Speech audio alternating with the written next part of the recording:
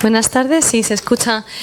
Normalmente lo haría de viva voz, proyectando mi voz aquí en esta sala en tan buena compañía, pero como nos están escuchando también a través del streaming, mucha gente que no ha podido venir físicamente a la presentación, pero no quería perdérsela, pues recurro al micrófono. Pues buenas tardes, de nuevo, muy buena vesprada. Soy Mar Galindo, trabajo en el Vicerrectorado de Igualdad, Inclusión y Responsabilidad Social de la Universidad de Alicante, encargada de los temas de diversidad e inclusión social. Y la verdad es que es un honor y un placer haber recibido esta invitación de Emilio Rosillo para acompañaros esta tarde en esta presentación del libro y, como decía, en una compañía inmejorable.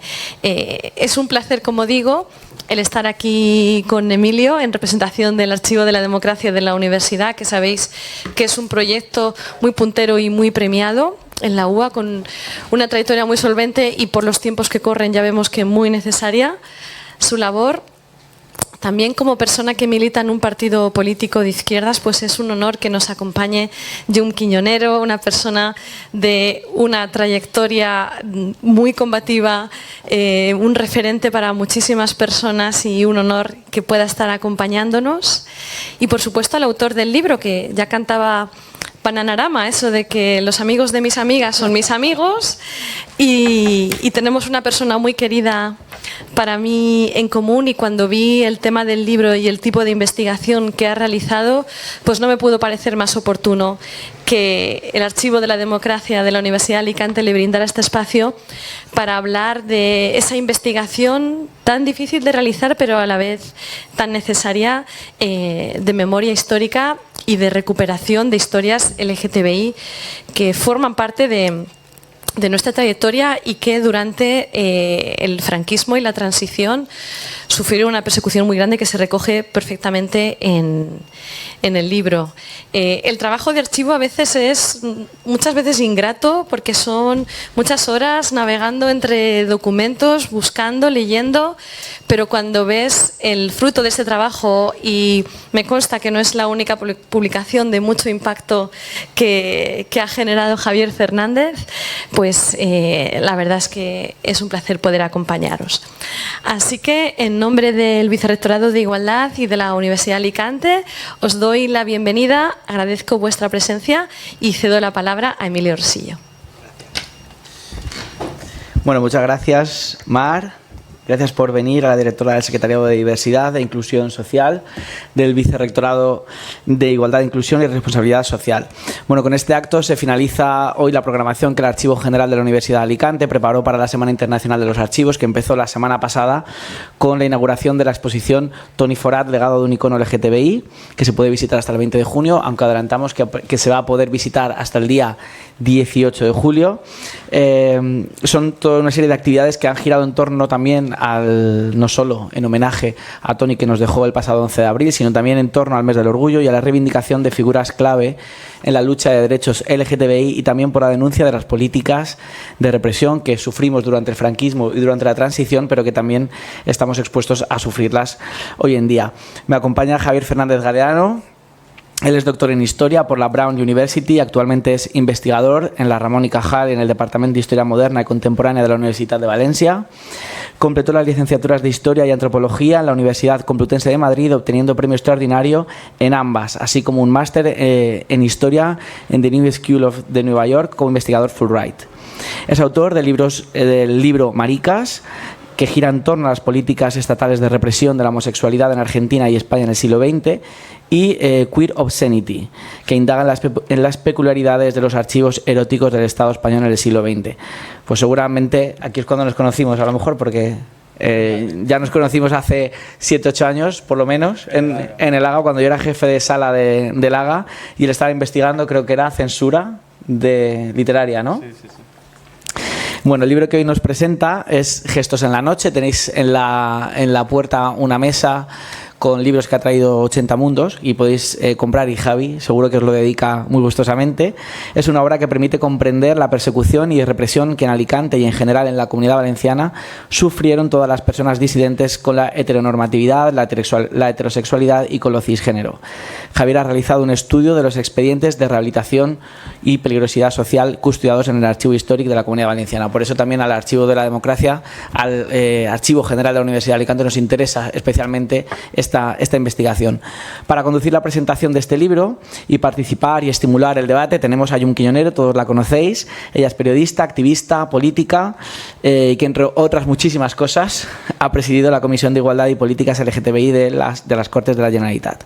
Es autora de obras muy relevantes como Nosotras que perdimos la paz, como Miquel Grau, y guionista de documentales como Colombia, la guerra que no existe o Mujeres del 36. Yo le voy a ceder el paso a ella para que inicie esta presentación de Gestos en la Noche. Bueno, muchísimas gracias por estar aquí esta tarde. Gracias, Emilio, y gracias a ti, Javier Fernández Galeano, por haber escrito un libro tan necesario, ¿no? Yo creo que la lucha por las libertades de los cuerpos, por la sexualidad, es una lucha que está todavía, está en marcha, ¿no? En realidad. Estoy mirando Fede mucho, no sé por qué. Sí, es que lo tienes que acercar más. Así. Me lo tengo que hacer.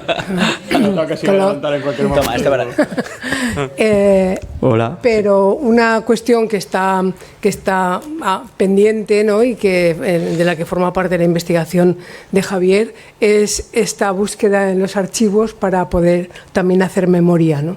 ¿Qué significó el nacionalcatolicismo para la represión de la sexualidad de la gente y de una forma específica para la represión y la persecución de la sexualidad no normativa, no heterosexual, ¿no? Dentro de las limitaciones propias que incluso tenía la propia sexualidad heterosexual que defendía la Iglesia y la dictadura, ¿no? Me parece muy interesante, por un lado, también el hecho de que, ha dicho antes Mar, este asunto de lo duro que es a veces investigar, pero para los investigadores, para las investigadoras, en realidad no es ningún agobio, en realidad no es. Los archivos son una fuente de sorpresas que solo lo pueden entender otras investigadoras, ¿no? Encontrar en los archivos una información y darle vida a alguien que ha quedado en un expediente por una condena a muerte, que sabemos de su existencia, por una persecución, por una represión sobre su vida, sobre su cuerpo. Y el hecho de que haya un archivo que cuide ese material, sabiendo perdonad, lo necesario que es también distanciarse de la emoción que produce y no quedarte con todo lo que cuenta el propio documento, porque el propio documento, como lo vemos en los expedientes de los que habla el trabajo de Javier, pues están matizados por aquello que buscaban y que señalaban los jueces, los forenses, los policías, aquellos que perseguían a estas personas, ¿no?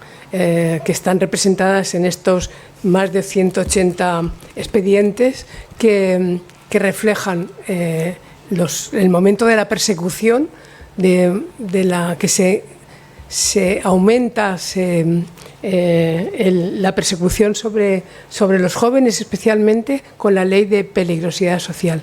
Es curioso, también me parece importante señalarlo en el contexto, cómo es que en un momento en el que se supone que la España desarrollista, ¿no?, empieza a modificar los estándares sociales, los medios de vida, miles y millones de personas empiezan a trasladarse de los pueblos a las grandes ciudades, empieza a haber una transformación, el turismo empieza a llegar y la moda empieza a defender unas ciertas libertades de los cuerpos, de la moda, de la propia moda, ¿no?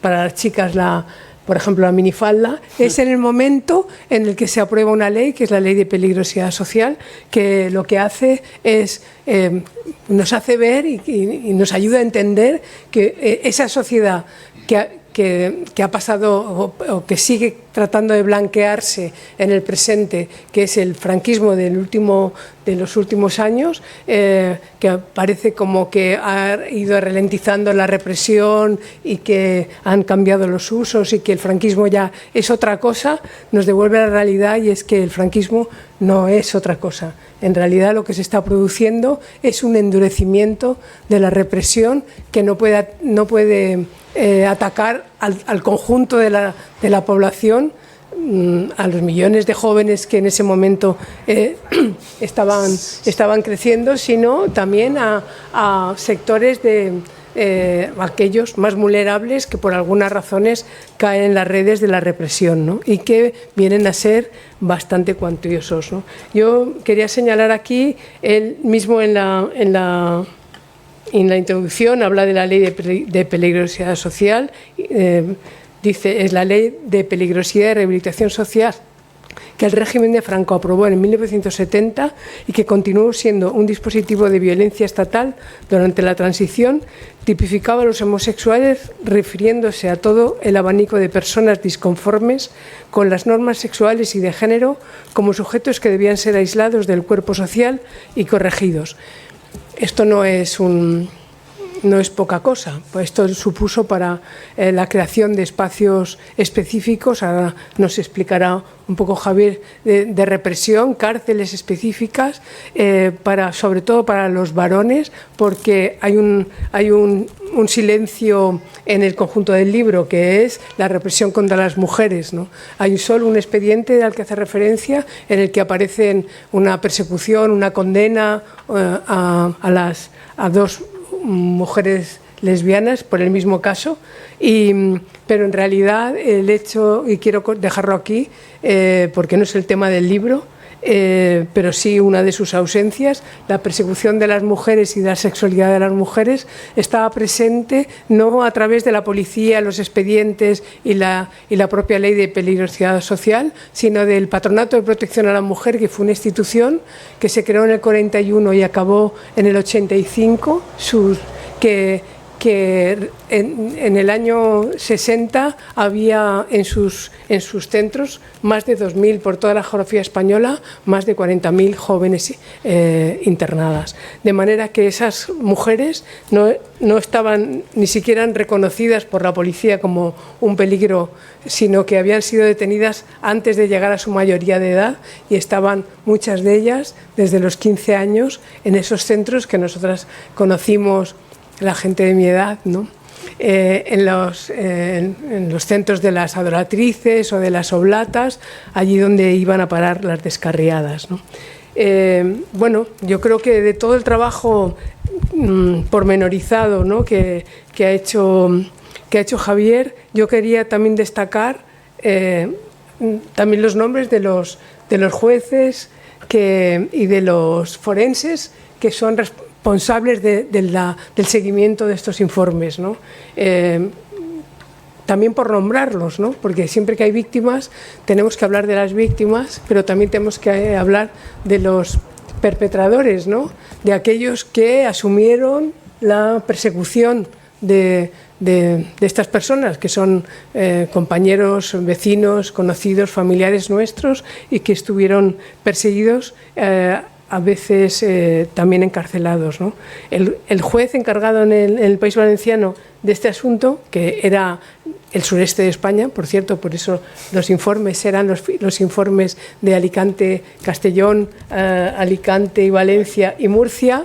Hay muchos expedientes de Murcia y de Cartagena.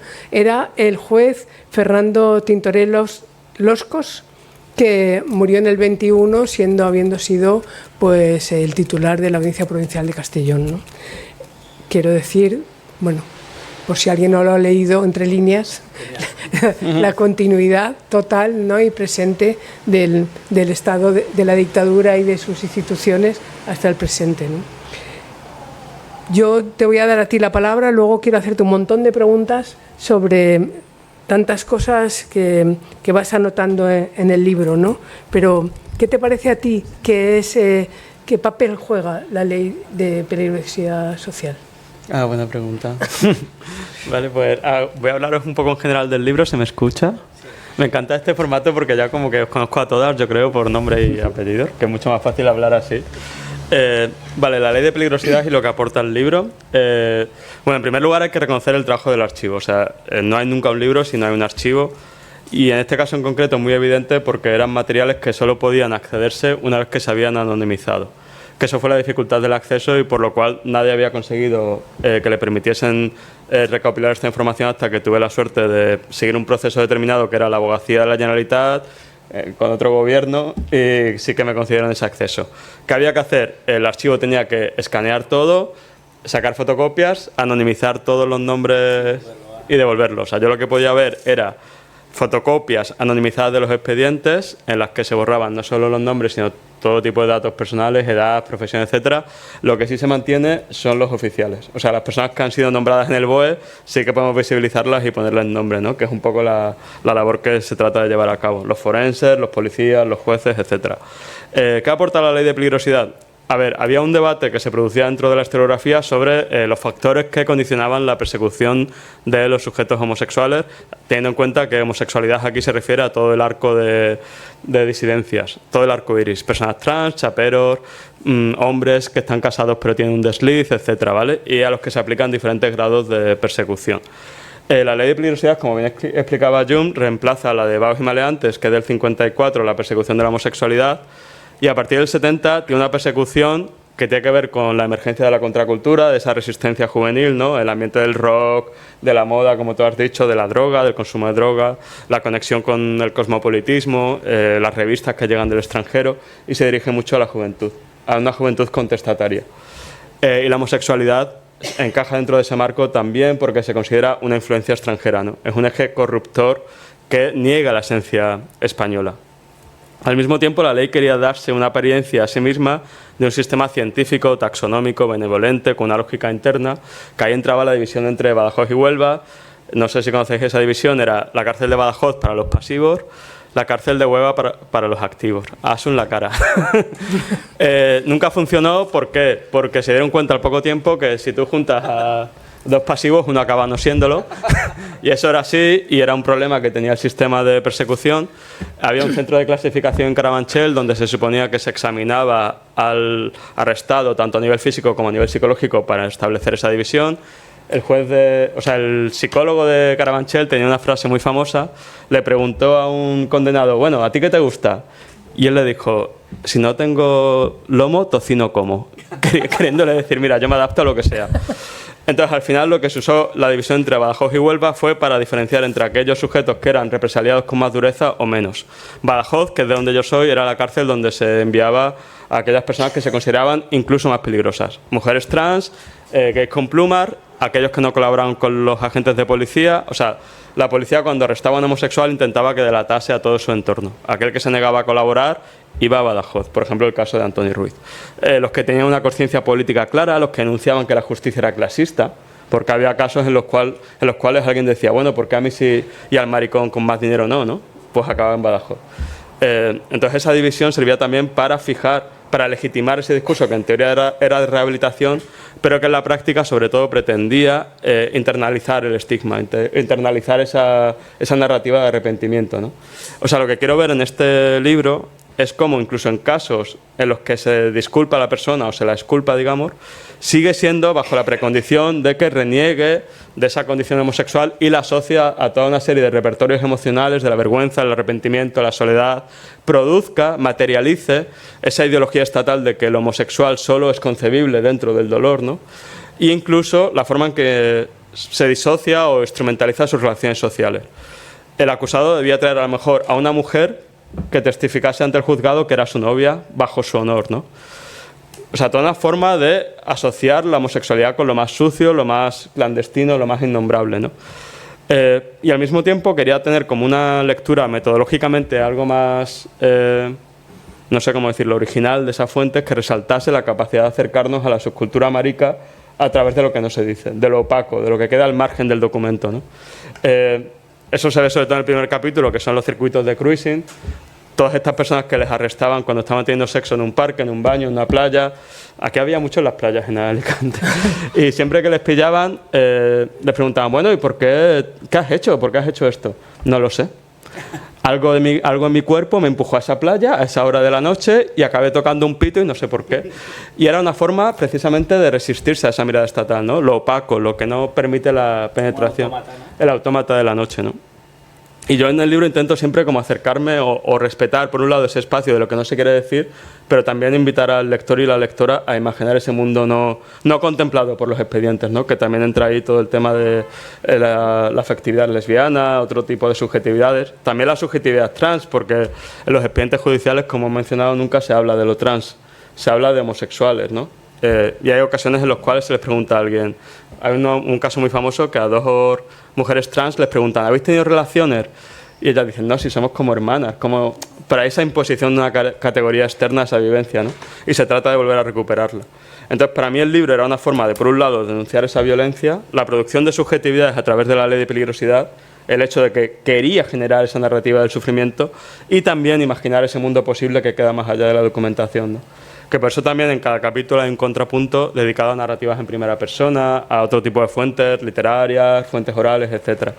Pero bueno, así como primera introducción, porque a mí lo que más me interesa son tus preguntas y el debate, y ya luego... Hay un asunto que veo que en los expedientes, en muchas ocasiones, los detenidos tienen que acreditar que son buenas personas, que son buenos trabajadores, que incluso tienen novia, incluso a veces mujer, ¿no? Y a veces el párroco también como informa favorablemente. No he visto en el libro, y me ha llamado la atención, que la Iglesia aparezca señalada, es curioso, ¿no? No sé a ti qué te parece, pero señalada como responsable, quiero decir, cuando sabemos también el papel no solamente el papel represivo de la Iglesia, el control social, sino, bueno, todos los abusos que la propia Iglesia ha cometido y que estamos conociendo en el presente, ¿no? ¿Cómo ves esto? Es una cuestión complicada, o sea, la diferenciación entre el papel de la jerarquía y el papel del párroco de la pequeña comunidad, y sobre todo cuando un párroco iba al juzgado a decir no considero oportuno que esta persona vaya a la cárcel, no quería decir que legitimase la homosexualidad, lo que quería decir es considero que hay otros mecanismos de control que hacen innecesario que el Estado lleve a esta persona a la cárcel, ¿no? El párroco venía a decir yo soy amigo de su familia, su madre me ha dicho que no pasa nada, que lo va a tener controlado, y era el caso más habitual. O sea, la Iglesia en casi todos los expedientes, el párroco a nivel de calle no interviene como instancia condenatoria, sino como instancia que aboga porque la sexualidad no es jurisdicción del Estado, sino jurisdicción del entorno más cercano del acusado, ¿no? Y luego, de forma adicional, en País Valencià surgió el primer movimiento de apoyo a los homosexuales, que fue precisamente de raíz cristiana, las Fraternidades Cristianas de la Amistad del año 67, que son incluso anteriores que Stonewall, ¿no? Que surgen y luego se entrecruzan con la cuestión de la marginalidad social, la psiquiatría, etc. Las Fraternidades Cristianas de la Amistad, en algunos casos, también atestiguan que hay acusados a los cuales les van a ofrecer ese apoyo social para evitar la marginalidad, ¿no? Ahí tenemos una organización que se declara cristiana, que al mismo tiempo es homófila, es decir, que pretende la integración social de los homosexuales y que ha dejado esa documentación y que el Estado no sabía cómo interpretar, ¿no? La figura clave era Emily Boyce, que era un antiguo sacerdote expulsado por homosexual, Antonio Mora, y hay toda una serie de cartas que se intercambian gracias a esa fraternidad. Y luego, como digo, fueron los que organizaron el primer congreso de marginación social que se hizo en Burjassot, que fue la semilla del Front de Liberamiento Homosexual del País Valencià, ¿no? Hay una genealogía entre lo cristiano, entendido el cristianismo en su vertiente social, ¿no? De postconciliar, de calle, etcétera, y el surgimiento del movimiento homosexual muy clara en Valencia, ¿no? Pero sí, lo que tú mencionas es verdad que no aparece tanto como no, el nacionalcatolicismo, claro, ¿no? Claro. Está totalmente desdibujado. Sí. Yo entiendo también por eso que creo que el hecho de que es muy interesante, ¿no? Atenerse a los informes, pues claro, hay un montón de cosas que sabes que son parte fundamental y que están desaparecidas, porque claro, nadie va a señalar allí que fue un cura en el colegio el que me inició en esto, ¿no? Totalmente. ¿No? No hay algo, o sea, hay unos silencios enormes que siguen encubriendo a la Iglesia, que no encubren a la Iglesia, a esa nueva Iglesia de los progres que fueron estos de los que tú hablas, ¿no? Bueno, hay otra cosa que señalas que me parece que lo has comentado al principio, que tiene que ver con el factor de clase, ¿no? Esa persecución especialmente hacia los más jóvenes, pero también hacia los más pobres, ¿no? Como la gente, los que se supone los corruptores, ¿no? O precisamente aquellos que contrataban sus servicios, o se supone que los contrataban, que pagaban por servicios a otros, estos no acababan librándose en muchos casos, ¿no? Claro. ¿Qué le pasaba a las autoridades con la gente? Bueno, los muertos de hambre eran también las personas peligrosas. Sí, o sea, el factor de clase es esencial tanto en vagos y maleantes como en peligrosidad. O sea, el propio hecho de que la ley se denomine vagos y maleantes quiere decir que se dirige contra lo que podríamos llamar el lumpenproletariado, ¿no? La clase trabajadora no incorporada en la economía formal. O sea, aquellos que no tenían un contrato semanal, sino que eran trabajadores precarios, diríamos hoy en día, ¿no? Vendedores ambulantes, limpiadores, camareros, pequeños hurtos, etcétera. Es el sector en el que se enfocan ambas leyes. Quizás incluso con más dureza la de vagos y maleantes, porque peligrosidad sí que empieza a incluir ciertos sectores de la clase media estudiantil de forma secundaria. El factor clase, o sea, sin el factor clase no se puede entender lo que pasa aquí. Por ejemplo, el que he dicho de los que intervienen en la Fraternidad Cristiana de la Amistad eran dos señores que llevaban años teniendo una relación de pareja, pero vivían en un parque entre cartones. Y ahí, claro, todos los días el servicio de limpieza los expulsaba, etcétera, hasta que acabaron cayendo en manos del juzgado de peligrosidad, ¿no? Porque eran como una presencia incómoda en el espacio público, ¿no? Peligrosidad también, el contagio, viene precisamente del hecho de llevar esa afectividad homosexual marica a un parque, vivir en un parque en los años 70, que me parece muy fuerte, ¿no? Y luego el factor de clase, en el caso de los chaperos del trabajo sexual, sí que se aprecia en algunos expedientes, lo que hemos hablado de los silencios, que algún chapero, algún trabajador denuncia o habla de quiénes son sus clientes y se pone de manifiesto que hay ciertas coordenadas de poder por las cuales es mejor no investigar siquiera. O sea, hay uno en concreto que es el de Falange. Sí, que él mismo se dice que es del movimiento. Es del movimiento. Entonces, claro, es un guiño hacia la policía y a partir de ahí no investigan, ¿no? Como que lo dejan ir. O sea, era parte del propio aparato, ¿no? Y sin embargo, los chaperos, cae la ley sobre ellos con la particularidad de que luego los envían sobre todo a la cárcel de Huelva porque como son masculinos son rehabilitables.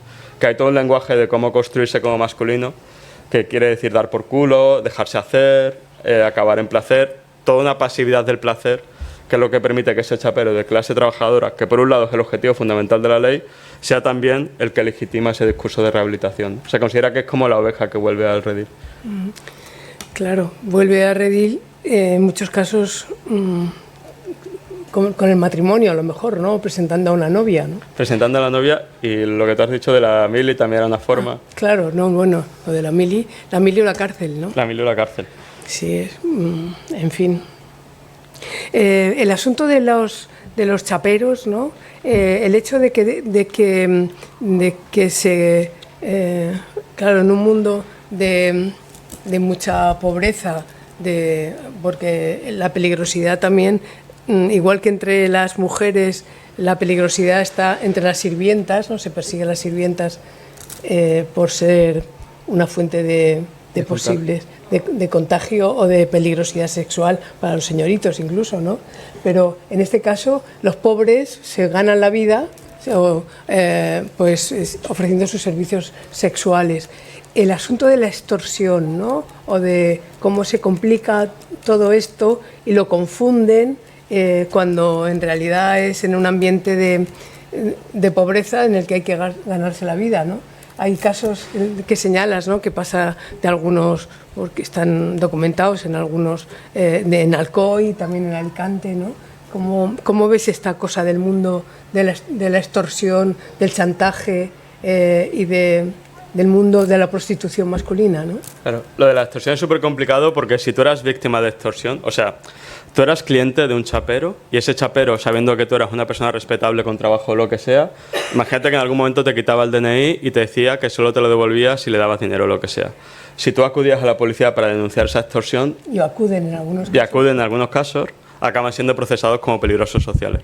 O sea, una de las particularidades o paradojas de la ley es que no había protección posible para la víctima de extorsión. Que de hecho fue el origen del movimiento homosexual alemán de Magnus Hirschfeld. Era precisamente eso, ¿no? La idea de que el marco legal criminalizador sitúa a las personas homosexuales en una situación de precariedad o vulnerabilidad ante el abuso del potencial extorsionador. Es que además la extorsión no es el problema. Sí, sí. Claro, porque hay gente que sufre extorsión y chantaje y en realidad no es perseguida por... Claro. No buscan al responsable de la extorsión, sino que lo culpan a él por ser... Al extorsionado.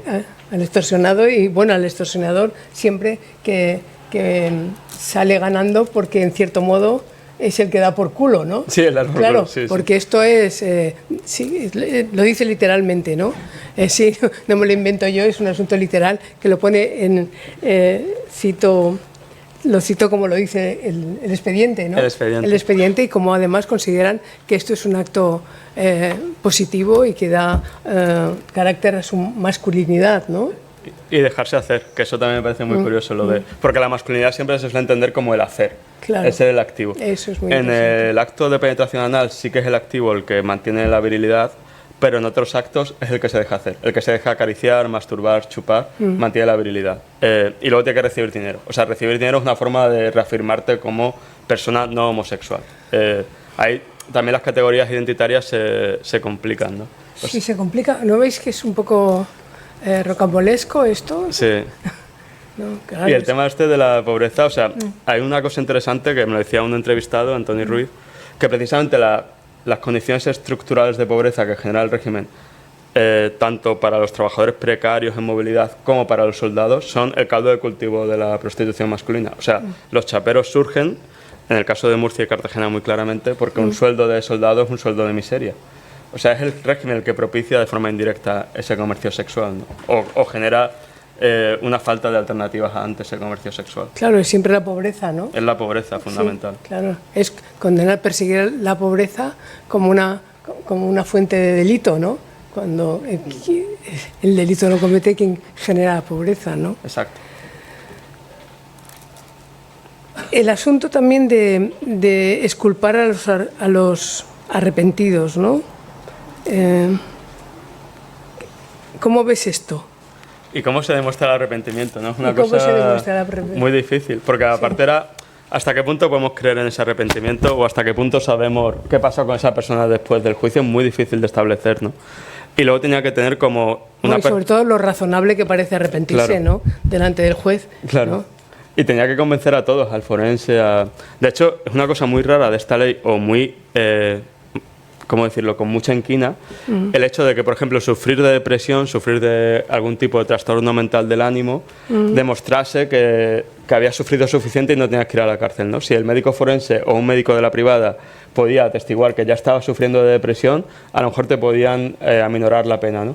Porque lo que hemos dicho, el principal objetivo de la ley era generar esa vinculación tan estrecha entre el sufrimiento, lo abyecto, lo sucio y la homosexualidad. Si tú por tu cuenta ya asumías ese discurso y lo materializabas a través de una documentación de tipo forense, de tipo médico, etcétera, el juzgado podía darse por satisfecho, ¿no?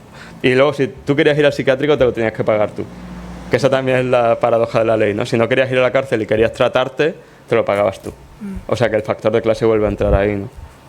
El factor de clase resurge todo el tiempo, Jun. Eso siempre. Sí, no, es importante señalarlo, ¿no? Porque en un espacio en el que, en un ambiente social en el que no hay espacio para ser diferente, ¿no? Solo hay una manera de ser, pues claro, todas las personas que son innumerables, ¿no? La inmensa mayoría que no cumple esos parámetros están fuera de la ley, están jodidos, ¿no?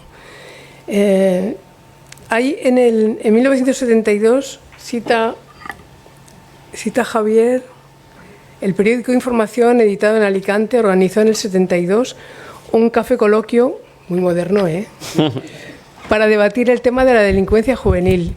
Durante el coloquio, Carlos Gómez Barreiro, fiscal de la Audiencia de Alicante, explicó cuáles eran los delitos juveniles más frecuentes y preocupantes. Lo más grave es que empiezan a practicar el homosexualismo como fuente de ingresos, ¿no?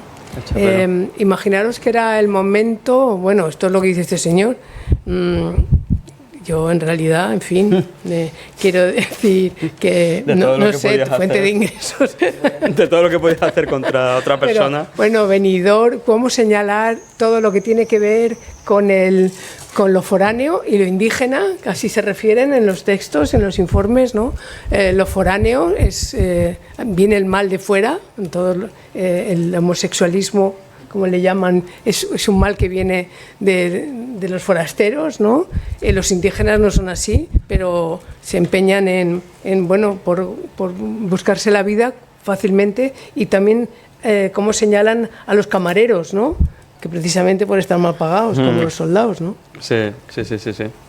Sí, aquí aparte del párrafo que viene a continuación es precisamente eso, ¿no? Lo de la idea de que el dinero del extranjero lo llaman lubricaciones exóticas. Que siempre ha sido un título que me ha encantado. El capital del maricón extranjero, o sea, la idea es... el objetivo principal Déjame que lo lea. También en distintas ocasiones se han localizado extranjeros invertidos sexuales que han hecho objetos de sus preferencias a muchachos a los que han inducido y experimentado en lubricaciones exóticas. Me encanta la denominación. Sí.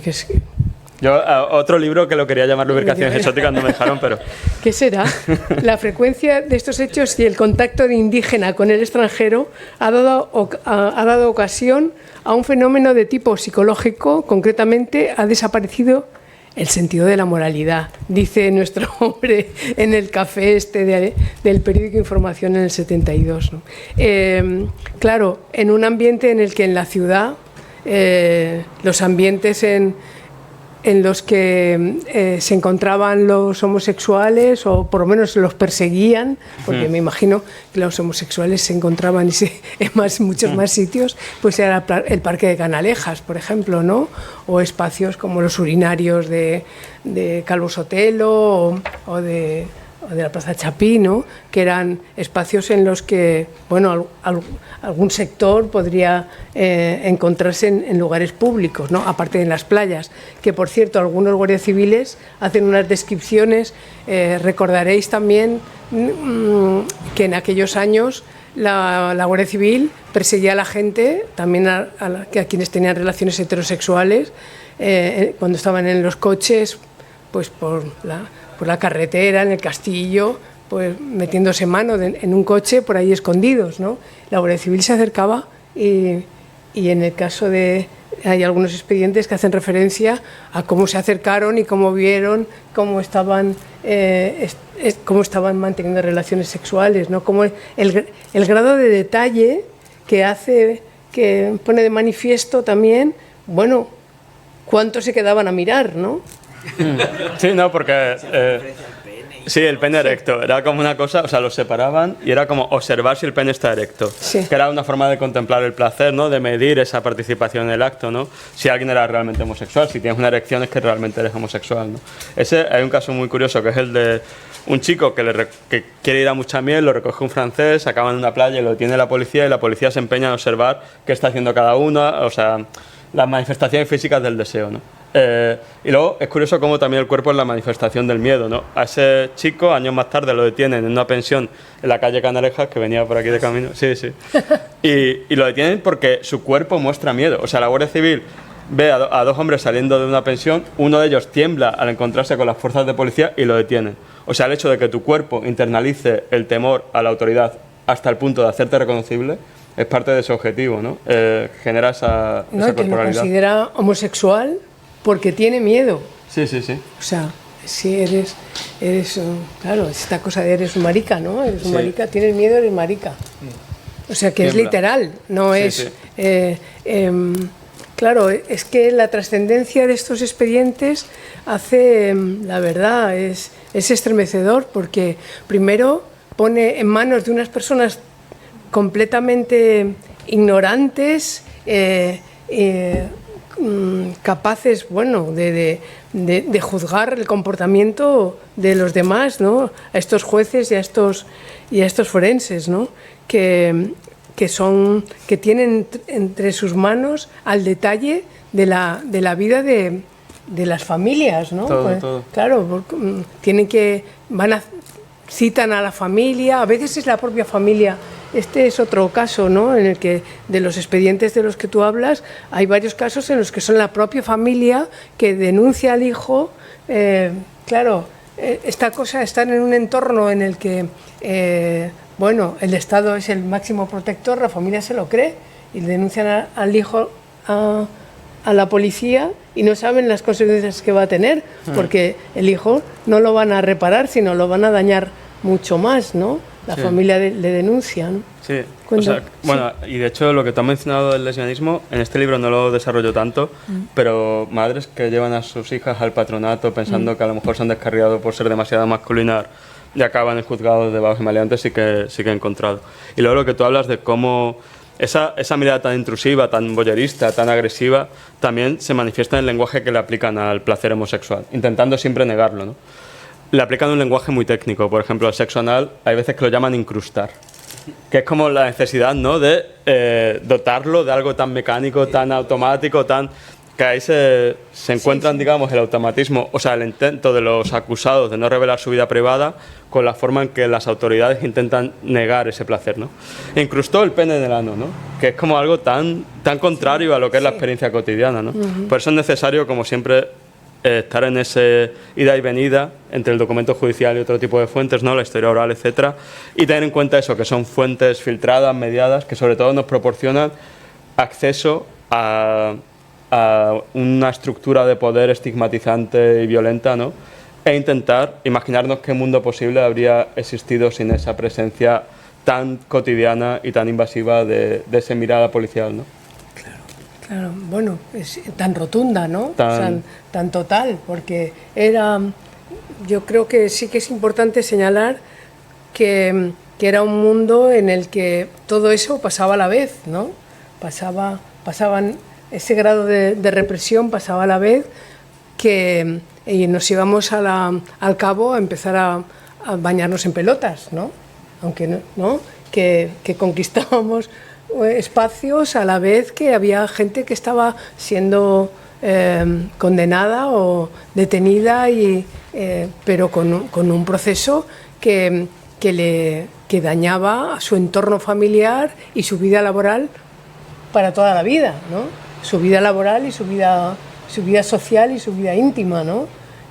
Quiero decir que es necesario señalarlo también, ¿no? Porque son procesos que en la información cotidiana, en la mirada hacia el pasado, ese pasado de la transición, está totalmente ensombrecido, ¿no? Este grado de represión tan rotundo, ¿no?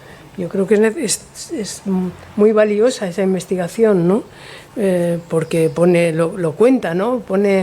Y además esas personas siguen entre nosotros, ¿no? Siguen vivas, claro, no es el pasado, ¿no? Hay una cosa presente. Hay una cosa muy interesante que me parece también esta cosa de la que hemos hablado, pero que tiene que ver, que tú le llamas militares y chaperos, ¿no? Bueno, eran espacios necesarios en los que, bueno, también la necesidad del deseo sexual, ¿no? Y todo esto entendiendo que hay una mirada totalmente simplificadora, absurda, ignorante sobre el deseo y sobre el cuerpo, ¿no? Los acuartelamientos, dices, militares eran un destacado polo de atracción para el sexo remunerado, por la concentración de soldados jóvenes con pocos ingresos y acceso limitado al sexo con mujeres. El historiador Ian Kent Winchester estudió en profundidad los mecanismos de construcción y control de la masculinidad y normativa y la cultura de exploración sexual en las Fuerzas Armadas durante el periodo franquista sobre la base de la documentación de la prisión militar de Santa Catalina en Cádiz, que incluía copias de las sentencias de los soldados condenados. Winchester analiza estos materiales desde dos perspectivas diferentes. La primera es la del fracaso de la justicia militar, que no cumplió con los imperativos discursivos de adscribir una identidad homosexual a los los varones que tenían relaciones entre sí. La premisa de Winchester es que tal categoría se materializaba en el momento en el que un soldado era expulsado del ejército por homosexual. Bueno, ¿cómo podía un Estado que se llamaba a sí mismo viril podía entender, cómo podía encajar que hubiera homosexuales en el ejército? Sí, y nunca he encontrado tantos soldados homosexuales como en Cartagena. No sé qué pasaba en Cartagena, pero no sé si era porque era No, es por donde había expedientes. Sí, sí. No, pero yo estaba en Barcelona y en otros sitios y no había, pero en Cartagena muchísimo. Sí. Los murcianos. Y luego era algo bastante organizado. Sí, habría algunos guardias civiles interesados en mirar. Ah, eso. Sí. Algo había Algo ahí. de eso. Sí, yo creo que sí, porque... Ah, vale. Y luego había una red bastante organizada en Murcia, Sí. Cartagena. Estaba la marquesa de Coñondo, que me encanta ella, que era la persona que gestionaba esta red de prostitución. Los sitios donde se encontraban y los rituales que llevan a cabo me parecen fascinantes, ¿no? Hay un momento en que se juntan los soldados y sus clientes para ver la Semana Santa, que me parece brutal, y eso queda documentado, ¿no? Y luego... Eso vuelve un poco a lo que tú querías mencionar, ¿no? El hecho de que tenemos que reconocer ambas facetas, la faceta de el brillo, la alegría, el placer que hay en esas vidas, ¿no? Y el hecho de que es una década de transformación radical, que hay una generación que está abriendo camino, que está experimentando, etcétera, a la vez que el Estado sigue insistiendo en apagar esa llama, ¿no? Y lo hace de una forma que es muy paradójica, porque acusa a los homosexuales de ser antisociales y lo que hace es producir esa realidad de la imposibilidad del homosexual de tener una vida social. Lo aleja de su familia, lo expulsa de su territorio, le impide tener trabajo. O sea, si tú argumentas que el homosexual tiene que ser perseguido porque es antisocial y lo que haces como castigo es evitar que el homosexual tenga una vida social, es la clave de la ideología fascista. La ideología fascista no responde a la realidad, lo que hace es ajustar la realidad a su ideología, ¿no? Y eso se ve muy claramente en este caso. Y lo que han mencionado de la transición, la mayoría de estos casos son del 75 al 79. Sí. O sea, la justicia transicional hay que tenerla en cuenta. La falta, dice. Sí, sí. El hecho de que a pesar de que hemos iniciado el proceso post-franquista, se siga aplicando la ley con la misma intensidad o más, ¿no? Eso es brutal. Ahí hay en la página 133, te lo digo para que eches un vistazo tú, dice, un hombre de 43 años confesó, estamos en el 72, que durante 4 años había tenido relaciones homosexuales, la última de ellas la noche anterior a la declaración, con un soldado del Regimiento de Infantería de la guarnición de Alcoy, que también en Alcoy debe haber algunos perseguidores con éxito, porque de estos que les gustaba mirar, al que le pagaba 200 pesetas cada vez. Finalmente fue condenado a prisión, pero parece que las autoridades tuvieron en cuenta su supuesto deseo de regenerarse a la hora de administrar esta pena. La fría narración de los hechos en el expediente se corresponde con un régimen de regulación del placer según el cual el soldado podía alcanzar el clímax con otro varón y aún así posicionarse en la masculinidad en tanto que aceptó pasivamente los besos y caricias del otro varón según los términos de un acuerdo comercial. Dejarse tocar. O sea, los soldados siempre decían, sí, yo me dejé hacer. Es que es muy llamativo, ¿no? Como la repetición de ese patrón una y otra vez, ¿no? Y recibir dinero. O sea, incluso hasta el punto... Es como ser puta, ¿no? Sí, sí. Sí, bueno, quiero decir, el pagar, ¿no? Sí, El pagar sí. por el sexo. No eres, sino... Es algo que haces por... Y de hecho, lo que has dicho... es curioso, algunos chaperos que luego usan ese dinero para pagar a prostitutas también, ¿no? O sea, el flujo del capital erótico, del capital económico, de la atracción, es muy complicado. Son jóvenes deseables que entran en ese mercado sexual, pero que se ven reforzados en su heterosexualidad por el hecho de conseguir un ingreso. O sea, Claro. ¿qué hay más machote que conseguir tu propio dinero, que poder pagar a prostitutas y sobre todo dando por culo, ¿no? Es una construcción de la virilidad dentro del aparato total. del régimen, totalmente dentro del aparato del régimen, pero que socava, ¿no? Esa idea de la respetabilidad familiar, ¿no? Claro. Fede dice que sí, ¿no? ¿O qué? Nací en 1953, y la hice en el 75. La carrera la hice, la carrera quiere decir de... Espérate, que no se te oye. Espera, que no se... Esto era así, sí. Estoy de lleno ahí, no estaba aquí. La carrera, repite lo de la carrera. Sí, lo de la carrera es muy fuerte, pero lo primero que me ha salido es lo que se decía entonces, hacer la carrera. Lo de hacer la carrera en otro sentido era un eufemismo. Pero vamos, que yo lo estoy viviendo muy de cerca todo lo que estáis contando. No hay ni una coma que me sorprenda, que me estremece así porque lo he visto. Mi mili fue tremenda en la zona de cuarteles de campamento en Madrid, pero tremenda por lo que vi, porque yo era más tímido con la lechuga muerta, vamos, y no, bueno, me lancé más tarde en otros sentidos, pero viví muy de cerca muchas de estas cosas y doy fe, aunque fuera Madrid. Y yo me he tirado todos los veranos de mi vida, porque venía aquí mi familia a veranear en Alicante, entre el 68 y el 70, por ejemplo. Y claro, muchas cosas me suenan mucho. Sí, bueno, voy a dar más detalles porque me da mucha vergüenza, me estoy ruborizando. Que comparta. Pero vamos, que me leí con mucha atención el libro y doy fe de que era así, y sí, quizá peor en Madrid. Luego, además, como además me detuvieron varias veces, estuve en la cárcel de Carabanchel unos cuantos meses en el 75. Y yo estaba en la tercera galería, y en el tercer piso, la tercera galería, estábamos los políticos, pero en el piso de arriba estaban los chavales detenidos por homosexuales, con los que no había la posibilidad de tener ni el más mínimo contacto. Ni el más mínimo contacto, lo cual era terrible, claro, porque yo ya apuntaba maneras, aunque no practicaba, y les miraba mirando así en la galería hacia arriba, porque estaba justo allí, mirándolos con cara de ansia, claro. Ellos gritaban mucho y corrían mucho y eran tan jóvenes como yo y seguramente no les importaba, o les importaba, pero de alguna manera sobrevivían y se reían, ¿no? Yo no me reía nada. O sea, yo lo recuerdo como una época muy gris de mi vida. Y hay una cosa que no habéis comentado, no sé si estará en el libro, que yo soy de los que compran el libro antes de leerlo, porque me fío del autor y del presentador y de la presentadora. Pero la enorme resistencia de los partidos de izquierdas en la transición para aceptar cualquier cosa relacionada con la homosexualidad, porque aquello podía manchar. Y cuando empezó a saberse algo de mí, o empecé yo a hacer público aquello, me dijeron que silencio absoluto. Que lo primero era tirar el fascismo, pero que eso de un maricón en un partido de izquierdas, imposible. Y claro, cuando tienes 17, 18, 19 años te callas.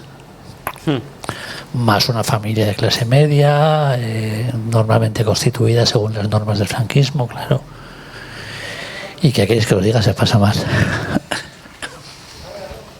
Muchas gracias, Fede. Gracias, Fede. Gracias, Fede. Sobre el asunto del turismo gay,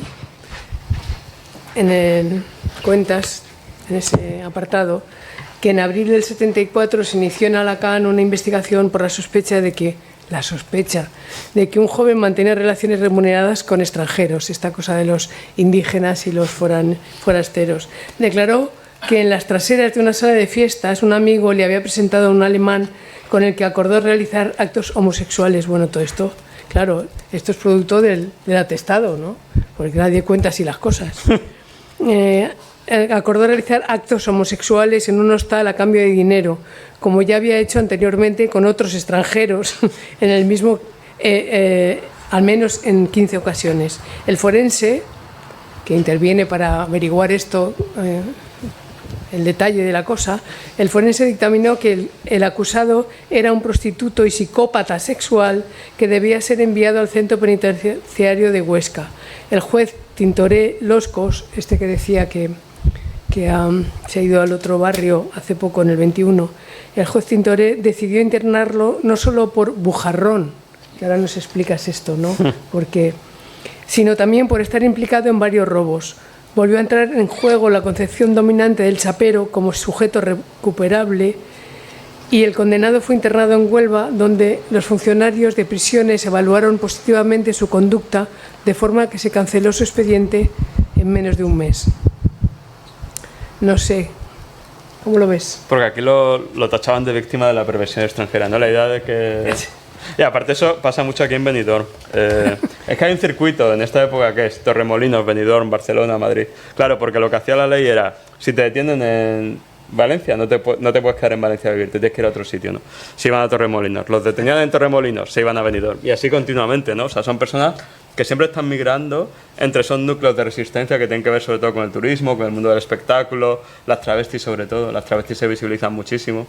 Y luego aquí las categorías que entran, claro, cada expediente es así, cada expediente es tantísimas capas de significado, porque Eso era es. Huesca, que eran los psicópatas, o sea, primero lo tachaban de enfermo mental, pero luego lo enviaban a Huelva por masculino, por chapero, y al final lo soltaban por víctima de la perversión extranjera, ¿no? O sea, hay tantísimas derroteros, tantísimas posibles derivas de cada caso, ¿no? Que intentar hacer... Por eso a veces me parece que el libro es un poco denso y me disculpo por... A mí se me hace un poco denso. Bueno, A mí a veces se me hacía denso. está bien a la vez que está salpicado, ¿no? Es como así, ¿no? Es como que Hay has soltado el muchas, sí. expediente así y digo, bueno, y ahora cuento esto, porque en realidad es como sale todo, ¿no? Es meter la mano en un lodazal, ¿no? En el que Pasa de todo, los jueces, bueno, cómo seguir un expediente hasta el infinito, o cómo disculparlo, cómo quitárselo de encima, justificando lo injustificable, o me imagino que al final también, pues si al final se han hecho amigos de la madre o de alguien que va a pedirle ayuda y el juez, pues en algunos casos lo perdona o lo pone en libertad. Aceptaba sobornos también, se rumorea. Se rumorea. Bueno, que pues posiblemente no pasa en el presente, como no va a pasar en una sociedad que era estrictamente corrupción, ¿no? Que una dictadura es por per se un estado corrupto, por eso es difícil quitarse como el mecanismo, ¿no? De encima. Yo creo que sí, que es muy interesante este asunto, porque al final, incluso leyendo el libro, es como que a veces parece que vamos muy lejos y otras veces vamos al mismo sitio. Y es eso que acabas de decir tú, como que los expedientes acaban refiriéndose casi a las mismas personas, ¿no? A uno lo detiene, luego lo vuelven a detener y luego lo vuelven a detener y dices, bueno, pero sabes que a quién perseguían, ¿no? Cómo se plantea este asunto, ¿no? Y luego este asunto de la cárcel, la mili y el motín, ¿no? Que te refieres también el papel que en un momento determinado, en la transición, la COPEL, las movilizaciones, como la Constitución deja fuera a los comunes, como los más pobres, ¿no? Sean chaperos, homosexuales, ladrones de poca monta, ¿no? Ladrones de gallinas, ¿no? Pues la gente más humilde se queda en las cárceles, incluidos los homosexuales, ¿no? O los acusados, o las drags, ¿no? Porque en ese momento, pues luego hay un caso como el de la Paqui, la de Elche. Paqui, ¿no? Sí, Juanita la de Elche. Juanita, ¿no? Ah, Juanita. Sí. Juanita la de Elche, que luego lo vemos también, ¿no? Pero el papel de la COPEL por dignificar también la lucha de los que están ahí encerrados y que la democracia se ha olvidado de los pobres, ¿no? Es que eso es así, o sea, la reclamación fundamental de la COPEL y de los presos comunes era considerar la pobreza como una de las formas de violencia del Estado.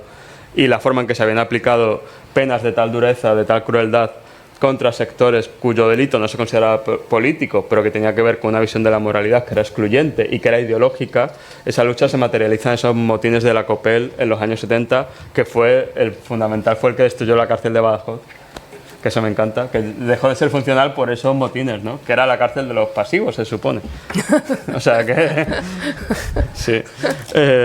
Sí, eso es fundamental. O sea, intentar reconstruir el protagonismo político de sujetos que según el régimen no eran ideológicos, sino una pobreza mal dirigida, una pobreza mal entendida, y entender esas estrategias de supervivencia como un resultado o una herramienta política de transformación es fundamental. Porque el propio caso que has leído, el siguiente era un chaval de Avilés que acaba en Benidorm buscándose la vida con turismo sexual, ¿no? O sea, ¿qué pasaría con estas personas? Con miles de chavales jóvenes que se buscaban la vida yendo de un lugar turístico a otro, prostituyéndose, la mil y tal, los chaperos, los boyares, los futbolines. O sea, aquí aparece todo reconstruido, ¿no? El mundo del ocio también, que era como lo hablaba el hoy de la iglesia, ¿no? El cine kinky, etcétera. Todo eso aparece en los expedientes. ¿Qué pasó con esa generación luego, no? Es un poco la historia oral que hay que seguir haciendo, sobre todo porque la dificultad de continuar esta historia es lo que he mencionado, que muchas de estas personas no se identificaban necesariamente como homosexuales. Eran victimizadas por el Estado que les atribuía esa condición de homosexuales o de sujetos descarriados, pero ellos mismos no se veían de esa manera, ¿no? Por eso a veces la historia es más difícil de trazar. Y en el caso de las mujeres trans, que lo veremos quizás, por la baja esperanza de vida, ¿no?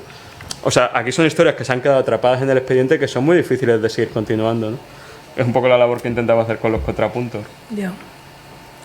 Sí, en la parte que, en el capítulo cuarto, bueno, Que me encanta el título, por cierto. Es que los títulos...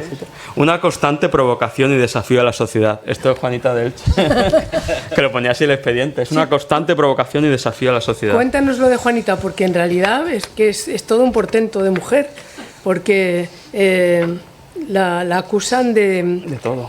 le acusan de todo y entre otras cosas pues de ir a pasearse por el parque vestida de mujer, ¿no? Claro, el Parque Municipal de Elche era el lugar donde se pasaba todos los encuentros de cruising, pero también el mundo de, pues, de la corporalidad, de la visibilidad trans, ¿no? Bueno, y de todas las visibilidades, porque los de Elche se pasean por el parque municipal. Y entonces, claro, las mujeres, por cierto, las fotografías me encantan del libro, son súper bonitas. ¿Qué pasaba? Que, por ejemplo, el expediente, o sea, el capítulo comienza con una persona de 16 años que lo que hace es, lo que hemos dicho, trasladarse de un lugar a otro cada vez que no consigue que sus padres le dejen hacer lo que quieren. Y va buscando oportunidades laborales, el mundo del espectáculo, la prostitución, ¿no? Y la detienen precisamente por eso, porque se regodea. O sea, cuando habla el expediente de lo que hacía en el parque de Elche, decía que se regodeaba mostrándose maquillada, con el pelo tal, y era el hecho de que disfrutase ella, que la viesen como mujer, ¿no? No era solo que lo fuese, no era solo que fuese una chica trans, el hecho de que ella, de forma muy articulada, muy explícita, dijese que disfrutaba esa vida, ¿no? Sí. O cuando la detenían le decían, ¿por qué te escapas de casa? ¿Por qué no me dejan ser como yo quiero? ¿Por qué no trabajas en lo que deberías trabajar? Porque no me satisface, ¿no? Hay personas que son muy claras en su rechazo de lo que se espera de ellas, ¿no? Y las mujeres trans de este periodo son muy, no sé cómo decir, muy valientes o muy claras en su resistencia. He de decir que hay menos casos de mujeres trans que de chaperos, pero he querido dedicarles un capítulo completo porque me parecía fundamental para entender esa complejidad de la subjetividad del periodo, ¿no? Sí, sobre todo como, bueno, en realidad como son víctimas también en este momento de transición de la eclosión, ¿no? Por un lado, que empieza a visibilizarse y a la vez sufren la represión directamente, tanto de política, ¿no? De las fuerzas represivas, como del propio movimiento homosexual que empieza a surgir, Sí. que empieza a considerar, sí, pero no somos vosotras, Sí, totalmente. ¿no? Empieza a haber una separación, ¿no? Yo creo que esto es algo que queda ahí por ver, ¿no? Como, bueno, por seguir considerando, ¿no? En la página 162, Lucas Platero, citas a Lucas Platero, dice, Muy buen amigo. debido a esta inseparabilidad, la visibilidad deviene, bueno, hablando esto de lo trans, ¿no? La visibilidad deviene arma de doble filo para las personas trans y travestis. La invisibilidad borra el pasado e imposibilita el futuro, mientras que la hipervisibilidad, que es lo que comienzan a hacer ellas en los espacios en los que puede haber espectáculos o se travisten, la hipervisibilidad gira en torno a los tropos de la monstruosidad, según Lucas Platero. La trampa de lo visual radica en el hecho de que la visibilización, por un lado, parece aliviar la problemática de la negación de la existencia, mientras que, por otro, aparece ligada al incremento de la violencia diaria, física y simbólica, ¿no? En fin, yo creo la complejidad del momento que arrastramos hasta el presente, ¿no? Y me parece esto por un lado, y el hecho de que la propia policía en un momento y el juez y incluso el forense, ¿no? El tal Antonio Sabater Sanz, ¿no? Acaba considerando también que la homosexualidad no es problema si no se practica. Bueno, el cálculo creo que eran 3 veces por semana, porque el juez de Murcia dijo, vamos a calcular quién es el más peligroso, obviamente la promiscuidad, y era... creo que decía 2 por semana, una cosa así. Menos de 2 por semana puede estar bien, pero ya más de 2 veces por semana ya empieza a ser complicado. Y todo esto te lo presentaban con un lenguaje científico, Sí, bueno, científico que dices, bueno, científico. muy rimbombante, pero al final viene a decir, si follas poco, no, pero si follas... Era muy curioso, ¿no? Y luego lo de la visibilidad es interesante porque lo que hemos hablado de un periodo de cambio tan profundo, por un lado había todo el mundo de los shows de transformismo, de Benidorm, de Valencia, Sí. etcétera, pero también había mujeres trans que trabajaban, como en la página 166, ¿no? Que trabajaban en un bar de un barrio de las afueras, de clase trabajadora, y que la clientela parecía que les aceptaba, ¿no? Y que les mostraba cariño y aceptación, ¿no? Y era precisamente esa visibilidad normalizada o sin tensiones diarias lo que más enajenaba o producía la preocupación de las autoridades, ¿no? Eran Soraya, que tenía 16 años y trabajaba de camarera en un bar de clase trabajadora, hasta que la policía se empeñó en detenerla, ¿no? Y ahí también me gusta cómo se ponen poéticos las autoridades, bueno, en este caso el juez, que habla de las relaciones de Soraya y dice, en las manifestaciones del encartado, en la que dice que una sola vez y por amor realizó el acto carnal con un tal Vicente, sirviendo de muelle cama a la huerta de Valencia y teniendo como techo el cielo estrellado. Y aquí está Soraya, o sea, ella contó que tenía relaciones en la huerta, pero no sé por qué el procurador le dio por ponerse así que también son momentos absurdos, ¿no? En lo que hemos dicho del lenguaje, ¿no? Y aquí hace toda una justificación a través de Oscar Wilde, Gregorio Marañón, ¿no? O sea, es que lo que hemos dicho, son años de cambio muy intenso. Esto es del 76, ¿no? Sí. O sea, que hay también pequeñas grietas en el sistema, ¿no? Procuradores, forenses que empiezan a cuestionar el propio aparato del que forman parte, ¿no? Que luego se puede ver con Miravet, que era el fiscal de peligrosidad, que era una persona de izquierdas, que seguía aplicando la ley de peligrosidad y que le costaba como justificárselo a sí mismo, ¿no? O sea, son momentos de tensión, de conflicto y de paradoja. Por eso a veces, para hacer sentido de estos expedientes, hay que reconocer que son absurdos, ¿no? Sí. Que el hecho de perseguir como peligroso algo que nadie más trata como peligroso, en muchas ocasiones, es la propia debilidad del sistema, ¿no? Bueno, y que convierte la debilidad y mete al sistema en un callejón sin salida, ¿no? Para sí mismo, ¿no? Sí. Que al final, claro, acaba convirtiéndose en la persecución del ratón y el gato, ¿no? Sí, sí. Porque si tienes la suerte de no entrar en la persecución, pues puedes vivir incluso a lo mejor, pues, ¿no? Si eres ajeno, pero como el sistema se tiene que justificar, tiene que encontrar víctimas, ¿no? Igual Exacto. que Trump ahora ha dicho que quiere detener cada día 3.000 emigrantes, ¿no? Pues allí hay que detener a homosexuales. Totalmente. Entonces hay que eso se convierte en sí mismo en una trampa, ¿no? Que corrompe un estado corrupto.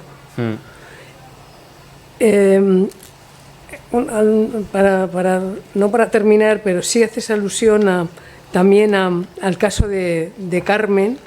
Me encanta, Carmen. Sí, está bueno que es alguien con quien has hablado y te ha Sí, contado sí, esta sí. historia, ¿no? Que no está no es un expediente, ¿no? Sino es su historia real, ¿no? Es que ella que su familia la encuentra con su novia y la ingresa en un hospital y ella misma cuenta, Carmen, que se tomó unas pastillas, dos cajas de Optalidones y no se mató, no llegó a morir.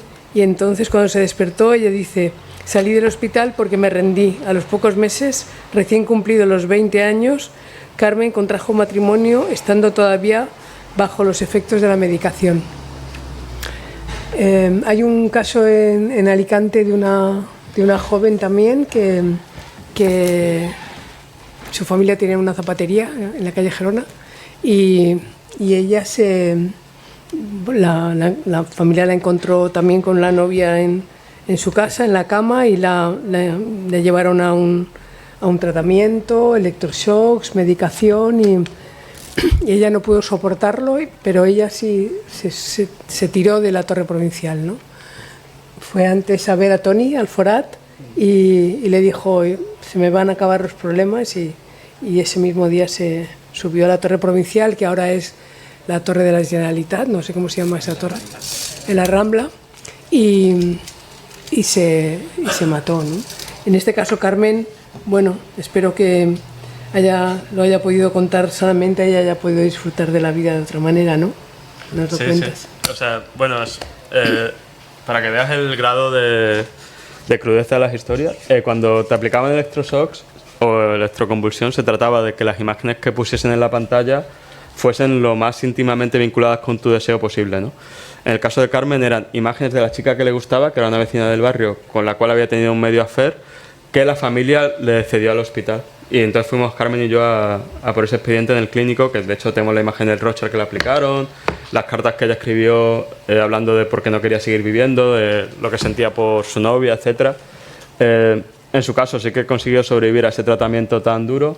Luego a los años se volvió a encontrar con la novia del barrio, que se había ido a otra ciudad, tuvieron un pequeño affair. Pero sí, son historias que te dejan marcada para siempre, ¿no? Y la mezcla también con la parte química, ¿no? El otro paciente que aparece, Pepe Marc, le aplicaban también como tratamientos de vomitivos. O sea, te hacían vomitar con las imágenes que tenías que sentir repulsa, ¿no? Era que tu propio cuerpo fuese el testamento o la hoja de escritura de ese rechazo a tu propia identidad, ¿no? Y por eso, precisamente porque el lesbianismo se suele perseguir por la parte psiquiátrica, hospitalaria, me parecía muy importante incluir esta historia aquí, ¿no? Sí, pues no sé, yo creo que le vamos a dar la palabra a la gente que hay aquí, por si alguien quiere comentar algo, ¿no? Y si tú quieres decir alguna cosa más. Bueno, no, si alguien quiere la palabra, yo tengo el micro. Antes voy a preguntarte yo una cosa, porque yo creo que también soy de los pocos que he salido del libro de momento. Hablabas antes de este chico que encuentran, de esta pareja que sale de una pensión de la calle Canalejas, y es que claro, estábamos hablando mucho también de los jueces, pero claro, de cómo juzga la sociedad también todo este tema. A mí me llamó mucho la atención de esta historia el papel del dueño de la posada, de la pensión, que es el que denuncia, el que abre la puerta para encontrarlos desnudos, y como los encuentra desnudos, entonces denuncia. Como él se ejerce de policía, llama a la policía, cuando es gente que ha ido a tu casa en confianza, y el contraste entre ese tipo de policía ciudadana, ¿no? Y con otro caso que cuentas de una pareja que viven en el campo, en un pueblo cerca de aquí de Alicante, y que llevan como 8 años juntos o muchos años juntos viviendo como matrimonio. Además lo dice, vivimos como un matrimonio, y nadie dice nada, no hay ningún problema en la sociedad hasta que salta todo, porque uno de ellos es infiel, y entonces se produce ahí es cuando hay escándalo público. Entonces ahí ya sí que interviene la policía. Es decir, como no en un caso la ciudadanía sí que ejerce ese papel de juez, pero en otros la población vive tan contentos, ¿no? Pues con una pareja gay que tiene viviendo allí en el campo, que trabaja y que son tan normales, ¿no? Sí, o sea, al final lo que propicia la ley es precisamente eso, ¿no? Como empoderar a aquellos que quieren aplicar la violencia. O sea, es el hecho de generar toda una red de colaboracionistas, ¿no? Que se sienten que su propia identidad, su propia masculinidad se ve reforzada al aplicar la ley de forma indirecta contra las víctimas, ¿no? También yo creo que en ciertos nichos empresariales había esa expectativa de colaboración a cambio de mantener los permisos de apertura, etcétera, ¿no? Y lo del campo es muy curioso porque sí que aparece a menudo, ¿no? Como personas que consiguen llevar una cotidianidad marica a espacios inesperados, ¿no? ¿Y cómo se puede llevar eso a una categoría de persecución criminal? Lo fundamental es el escándalo. Claro, homosexualidad no era delito en ningún momento según la ley. Tenía que ser que hubiese un efecto perjudicial sobre la sociedad. Por eso siempre se pone de relieve escándalo, ofensa, alguien que lo rechaza, alguien que lo denuncia, ¿no? Para manifestar, según cómo las autoridades toman nota, que hay una complicidad de la sociedad con esa persecución. Porque si no, no hay escándalo. Pero a veces ese escándalo lo intentan registrar de forma retrospectiva, habiendo pasado años, ¿no? También en el campo hay un curandero de aquí también cerca de Alicante, que a los años dice la policía, bueno, se montaba tal orgías Aquí se ve. que todo el mundo en el campo escuchaba esas orgías. Que tú dices, a ver, o sea, ¿a qué distancia en el campo tiene que haber? Pero era la necesidad de que hubiese un público escandalizado, ¿no? Y en el caso de la pensión era el pensionista, ¿no? Siempre tenía que haber un tercer agente que fuese la parte ofendida que el Estado reclamaba la capacidad de proteger. Y en el campo, si tú vivías en un lugar remoto donde nadie se sentía dañado por tu conducta, el Estado no podía intervenir, ¿no? Necesitaba ese agente complícito. Y lo que tú has dicho, el acto de interrupción de la cotidianidad. En este caso, esta pareja que lleva 8 años de matrimonio en los 60, bueno, cuasi matrimonio, y que es el momento de celos y pelea lo que lleva a la intervención estatal. Pero por eso siempre le digo al lector o lectora, imaginaros qué habría pasado, o imaginaros toda esa constelación de afectos, de relaciones, de experiencias que no acabaron en los expedientes porque no hubo ese momento de enfrentamiento o de escándalo, ¿no? También eso es parte de la historia. lo que no está en el expediente, pero podemos imaginar a través de la interrupción. Claro, a mí me llamaba mucho la atención cuando hablas, por ejemplo, de eso, ¿no? De lo parcial que al final son los expedientes, porque es lo que quieren, ¿no? Crear ese relato de una cosa técnica, científica, y aquí no entran no entran los sentimientos, las emociones, las sensaciones. De lo que tú hablabas, de que a mí me parecía muy curioso lo de los egodocumentos, ¿no? Esos documentos personales donde sí que se expresan esos. Un amigo mío me estuvo contando hace poco que tenía cartas, por ejemplo, con un amante en los años 80, no voy a contar quién fue, pero con una persona muy conocida, y le decía, digo, joder, digo, qué rabia que eso no lo tengas. Pues lo tiró. Entonces dice, joder, es que, porque eso es lo que completa estas historias, claro, ¿no? Totalmente. Esto completa esas historias y da ese conjunto de lo que es la historia. También lo dan otros documentos que yo quería enseñaros rápidamente, que son, por ejemplo, en el archivo tenemos estos documentos. Estos son unos boletines de a lo mejor 10 páginas como mucho. Esto los trajo Yum hace muchos años.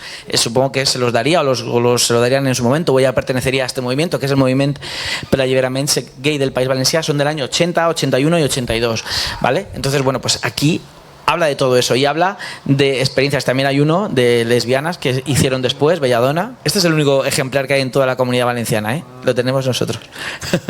Porque nos lo piden mucho, ¿vale? Y os quería poner este ejemplo, por ejemplo, que habla de historias del parque y habla de eso, ¿no? Del cruising que hay en el parque de Canalejas.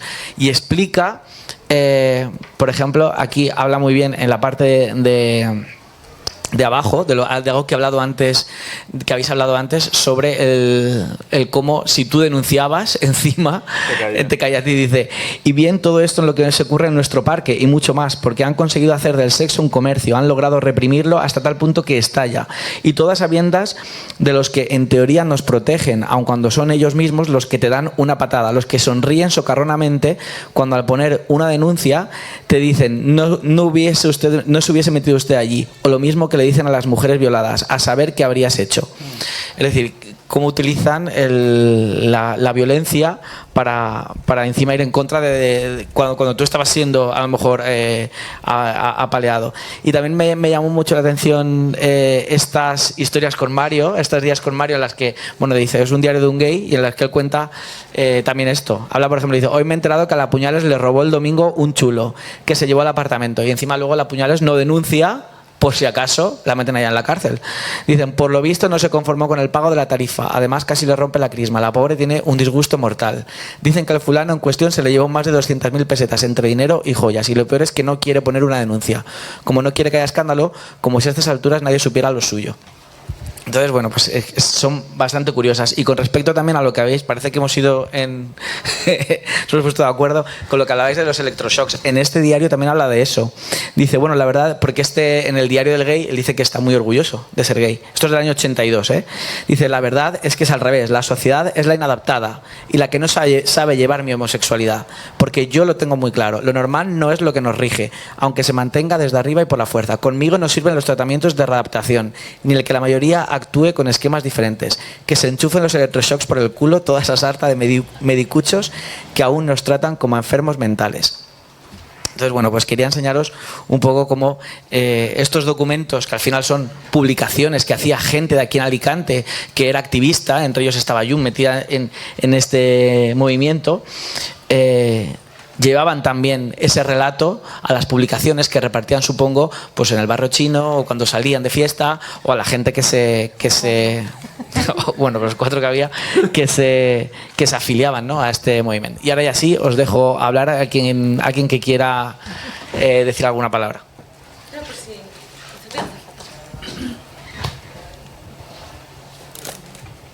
¿Quién se va a intervenir?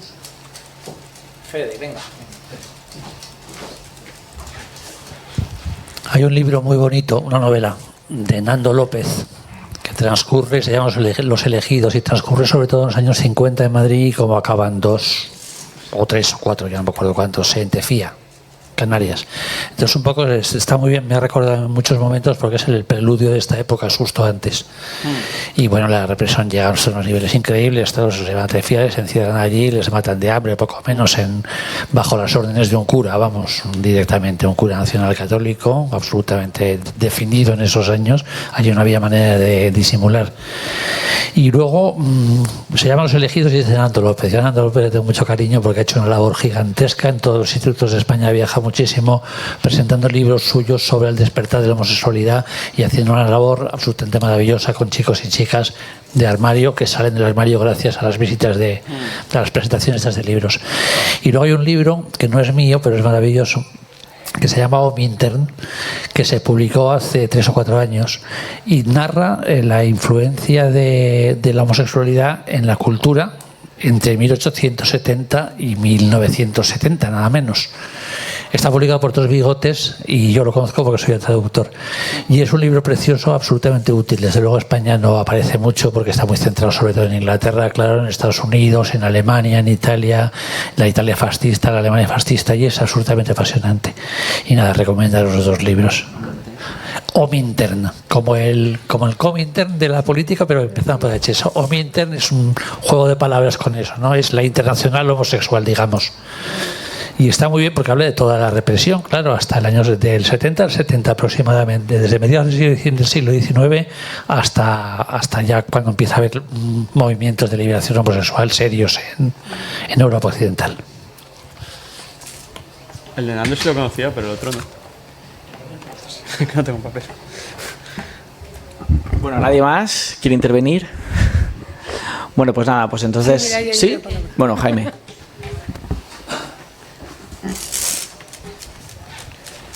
Yo quería preguntar un poco, porque me ha surgido un poco la curiosidad respecto a si hay algún expediente como que haga ya en esta época como alusión, como a igual que se pueda como entender, o bueno, entender que haya como ya una cierta como redes de apoyo, ¿no? Como de cuidados entre gente igual como en diferentes ciudades o en diferentes sitios, quizás.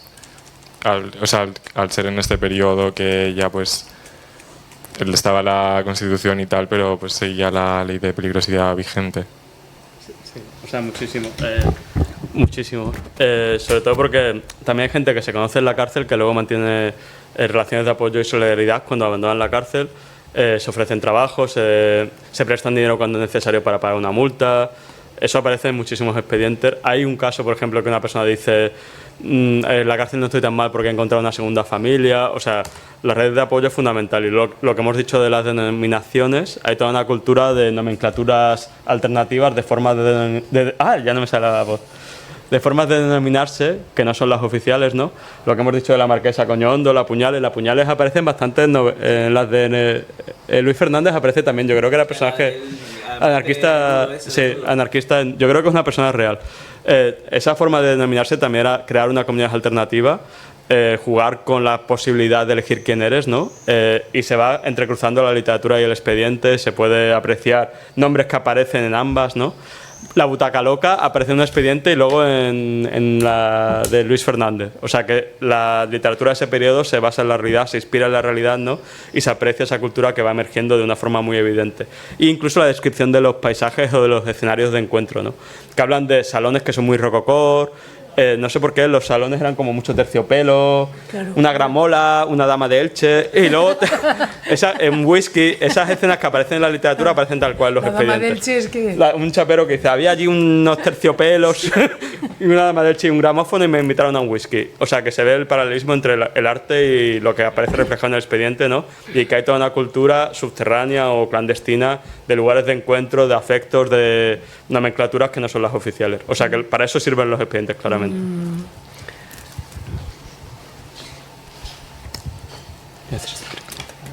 Buenas, Javier. Bueno, enhorabuena a los 3 por la charla y por el coloquio, por el café coloquio. Yo te quería preguntar, Javier, a ver, esto con lo que ha contado Yum, que habéis leído ciertos expedientes y manera de redactar las denuncias, ¿no es una mezcla entre sadismo entre morbo también del propio policía que redacta ese tipo de denuncias tan locas, ¿no?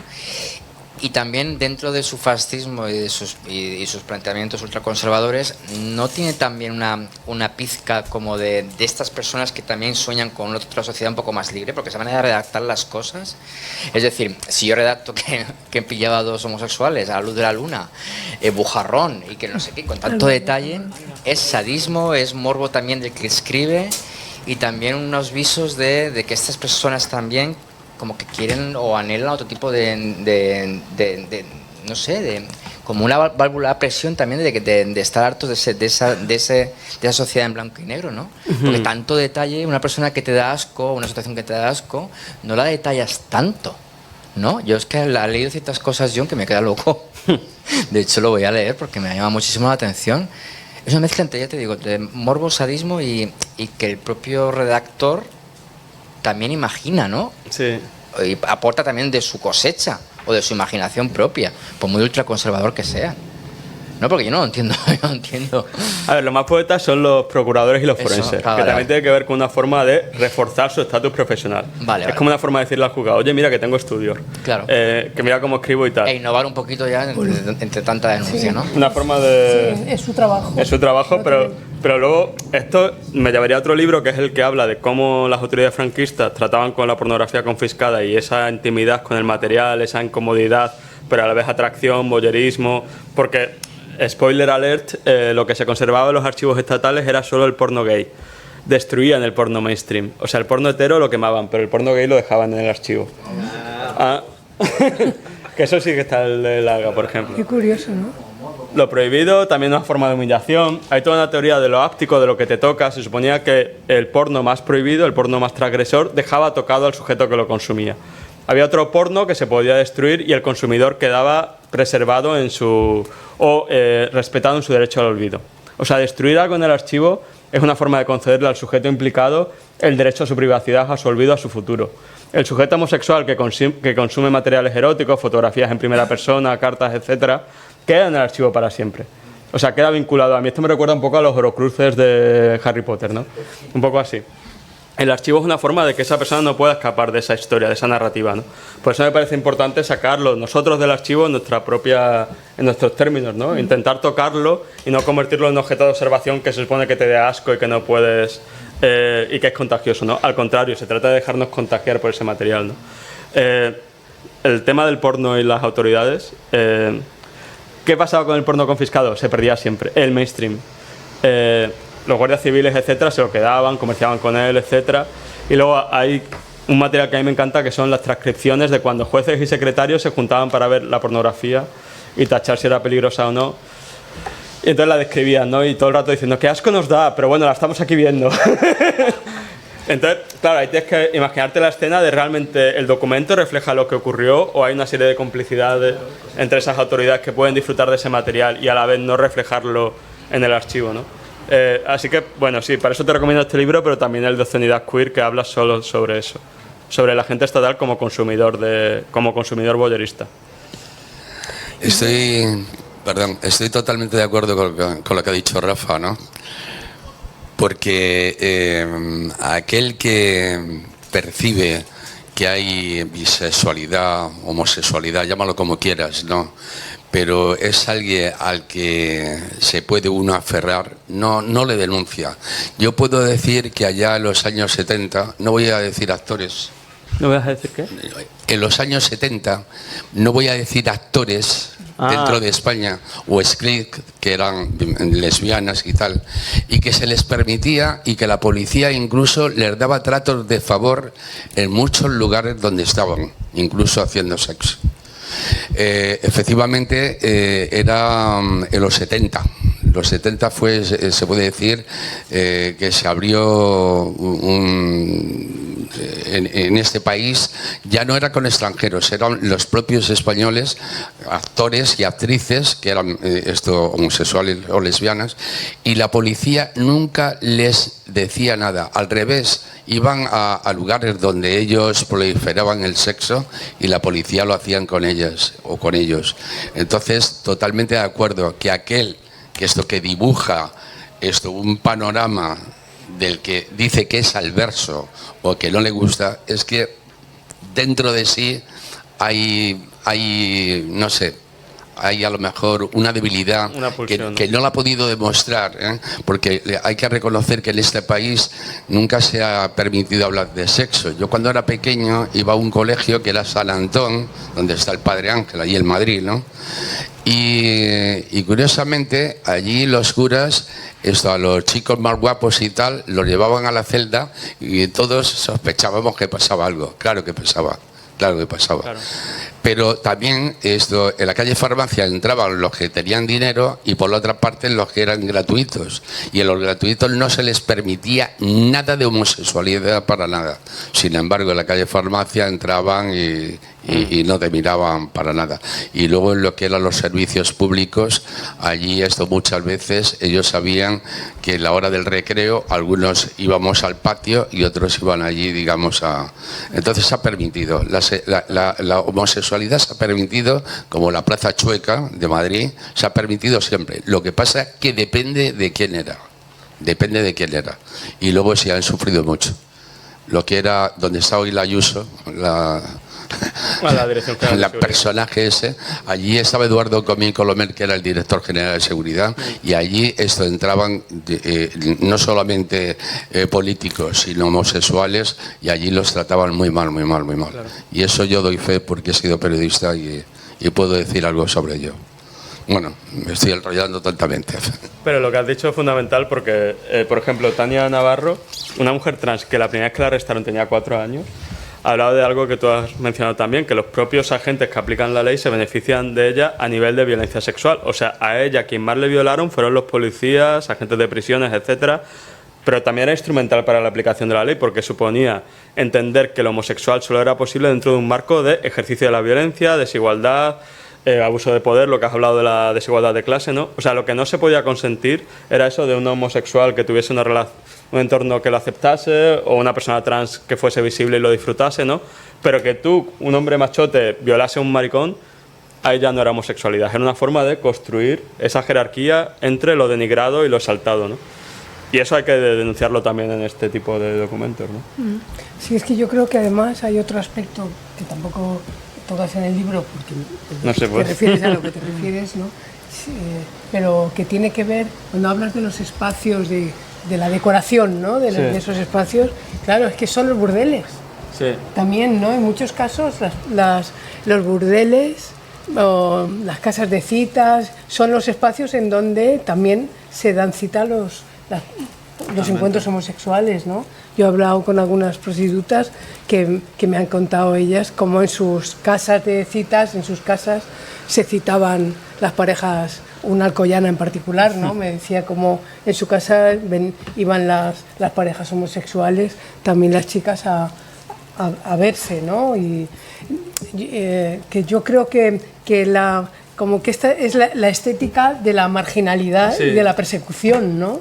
Que es una estética del lumpen y de la marginalidad de lo sexual, de un momento en el que totalmente cerrado, ¿no? Y es cerrado también, las puertas y todo cerrado, porque también la prostitución era, a partir del 56 fue perseguida, ¿no? O sea, hasta el 56 fue legal, y cómo era posible que siguieran ejerciendo en casas de citas, pues el grado de corrupción social, ¿no? ¿No? El hecho de que se estuviera permitido, pues igual que las parejas o las relaciones homosexuales, es un grado de corrupción en la que al final solamente la ley dice si hay, en el caso de que haya un problema social, ¿no? O de acoso social o de violencia, pero no es verdad. El hecho de vivir en la marginalidad es el terreno de la conflictividad total y de la debilidad absoluta, que en cualquier momento cualquier persona de ese inmenso sector, porque no es un pequeño sector, que forma parte de lo sexual, en este caso la prostitución y la vida de los homosexuales, vinculada también a la prostitución, están siempre en la cuerda floja y vinculados al poder y a la corrupción, o están pagándole a unos o es una red de favores, ¿no? En la que en esa red de favores el que está en la situación más débil es el que acaba perdiendo o puede ser denunciado o denunciada, ¿no? Que es que yo creo que definir esos espacios y al nombrar el diseño ese de los espacios, sí, me ha parecido que podía ser perfectamente una casa de putas, ¿no? Totalmente. Esto cuenta ya también como ir a la sauna hoy, porque yo estoy dando un chungo. También lo que decía el compañero Jaime, la solidaridad entre las trabajadoras sexuales y los homosexuales. Por ejemplo, si un homosexual quería demostrar que era heterosexual, pues iba una amiga prostituta a testificar que era su novia. Y a la inversa, si una prostituta tenía un hijo, el que le daba el apellido a menudo era un amigo homosexual. O sea, esas redes de solidaridad y la marginalidad son brutales y hay que entenderlas. Claro, no, y que en todos los sentidos, ¿no? También el lesbianismo entre las prostitutas, ¿no? Total. Que era una forma también de camuflaje. O sea, la prostitución era una forma de vida y de camuflaje del lesbianismo, ¿no? Bueno, si queréis, vamos a ir terminando porque además el streaming va a acabar ya también. Yo simplemente quería acabar recordando un pasaje que dices en el libro que me gustó mucho cuando hablas de las arquitecturas del abandono, que es esos espacios en ruinas donde se cita a la gente de cruising, y hay una escena muy bonita que narras. Ah, eso me encanta. ¿Cuál? Bueno, la de bailar. La del baile, es que es muy bonita, ¿no? Que hablas, es que es muy bonita, ¿no? Que hablas que hay una fiesta en Valencia, ¿no? Y entonces una pareja se cita en unas ruinas que hay a las afueras y bailan escuchando esa música porque no les dejan participar, ¿no? Y dice algo así como me han robado el baile o algo así, ¿no? Sí, porque aparte lo que hice con los capítulos fue pasárselo a personas que habían protagonizado ese periodo para que lo leyesen, y alguien leyó lo de arquitecturas de la banda, bueno, Antoni Roig, que es un protagonista del movimiento gay del periodo, y puso: esto me recuerda a mi exnovio que en los 50 se fue a bailar pasodobles en un descampado de las fiestas del pueblo porque no podía ir a la fiesta del pueblo, ¿no? Y le robaron la vida, pero por lo menos tuvo ese pasodoble, ¿no? Y eso me encanta esa anécdota. Sí, pues es que es muy bonita y muy significativo y muy simbólico, ¿no? de todo lo que estamos viendo. Bueno, pues si no tenéis nada más que decir, yo os agradezco a Yum el debate tan animado que hemos tenido. Yo la verdad es que he estado leyendo el libro intentando y no habría podido estrujar tanto como has hecho tú con las preguntas. Muchas gracias también, Javier, por venir, por presentarnos este libro tan necesario. Gracias también a Mar, a la directora de Secretariado, por venir. Gracias también a Rafa Mas, concejal del Ayuntamiento de Alicante, por venir, y a todo el público por asistir. Espero que Javi nos presente pronto otro libro. Muchas gracias. Muchas gracias, Javi. Muchas gracias a todos.